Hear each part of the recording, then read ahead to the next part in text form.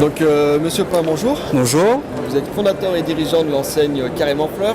Oui. Donc, une enseigne qui s'est ouverte à la franchise en 2008, c'est ça? 2006, la création en 2006 et le début du développement en franchise en 2012. D'accord. On a ouvert depuis une vingtaine de magasins. On est à 23 magasins aujourd'hui. Est-ce que vous pouvez nous détailler un petit peu le concept Carrément Fleur et comment il se démarque sur le marché de la fleur? Ouais, je vais le scinder en une partie B2C assez rapide. Qu'est-ce qui nous différencie en B2C? C'est qu'on a un concept qui est basé avec un designer structural assez marqué, fait par un designer sur l'idée des jardins à la française et du carré. Donc on a quelque chose où les magasins sont bien carrés, c'est le moment de le dire, carrément fleurs. Et on a une offre qui mélange un savoir-faire de libre service et un savoir-faire artisanal à l'intérieur d'un magasin. Et aujourd'hui, la part du savoir-faire artisanal de l'intérieur du magasin, travaillé par des fleuristes, représente 25% de notre chiffre d'affaires, ce qui est devenu la première part de chiffre d'affaires. Ça, c'est une des différences avec des purs libre-service. Et le deuxième point, c'est surtout en B2B, c'est-à-dire qu'on a réfléchi sur la modélisation de notre concept en se disant est-ce qu'on peut continuer à prendre 6% de royalty et développer un réseau? Et notre réponse a été non. Et on a repensé complètement le business model en disant est-ce qu'à 3%, on est capable de développer un réseau et de faire vivre la tête de réseau parce qu'on n'est pas philanthrope. 3% de redevance. 3% de redevance et en plus on les a plafonnés à 12 000 € annuels. Donc voilà, c'est une charge fixe en réalité pour le franchisé qui vient chez vous aura une redevance de 3% à régler, une redevance qui est donc la plus basse du marché. La plus basse du marché, 2 fois moins cher que nos concurrents puisqu'ils sont à 6%, et en plus on l'a plafonné à 12 000 €. Et donc ça devient une charge fixe pour les gros magasins et non une charge variable. D'accord, pour un accompagnement identique.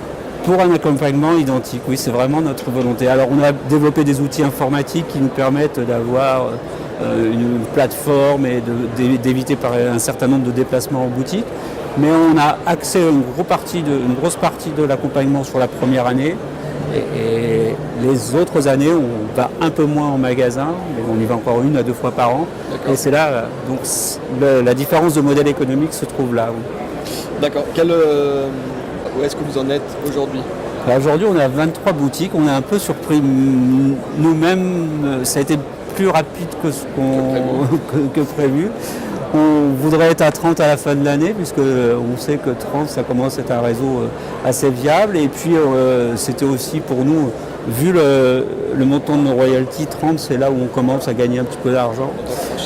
En tant que franchiseur, en tant que tête de réseau. Et puis, la deuxième étape, c'est à 2 ans supplémentaires, je voudrais arriver à 50. Là, ça nous permettrait de nous positionner sur un réseau déjà national. D'accord. Quel type de franchisé est-ce que vous recherchez? Quel profil? Alors, surtout pas d'investisseurs. Voilà, vraiment, je recherche pas d'investisseurs. On a besoin de gens qui vont s'investir dans leur boutique.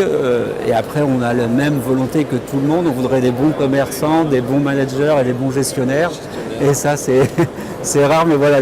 Et puis, un dernier point, on cherche un partage de valeur. Donc, c'est aussi important pour nous que les apports, parce que on peut intégrer quelqu'un qui n'aurait pas tout à fait les apports nécessaires, mais où on a un bon partage de valeur en apportant un complément et en faisant de la franchise participative. Donc vous êtes aussi ouvert à la franchise participative? Tout à fait.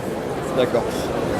Une dernière question, par rapport à la loi Macron, vous faites partie des rares franchiseurs à avoir pris position pour la loi Macron et son fameux amendement sur la durée des contrats, entre autres. Est-ce que vous pouvez nous expliquer un petit peu plus, nous détailler un petit peu plus ce positionnement? Moi, je pense que quand on se développe en franchise, c'est qu'on a accepté de faire venir des investisseurs et on ne maîtrise plus tout à fait sa chaîne de valeur. Et à partir de là, je ne vois pas comment il serait juste d'imposer des contraintes libertaires aux franchisés en fin de contrat. Et si on veut vraiment être un bon franchiseur, à la fin de contrat, il faut que le franchisé re-signe avec nous parce qu'il est satisfait de vos services et pas l'obliger parce qu'il a une clause de non-concurrence ou une clause de non-affiliation.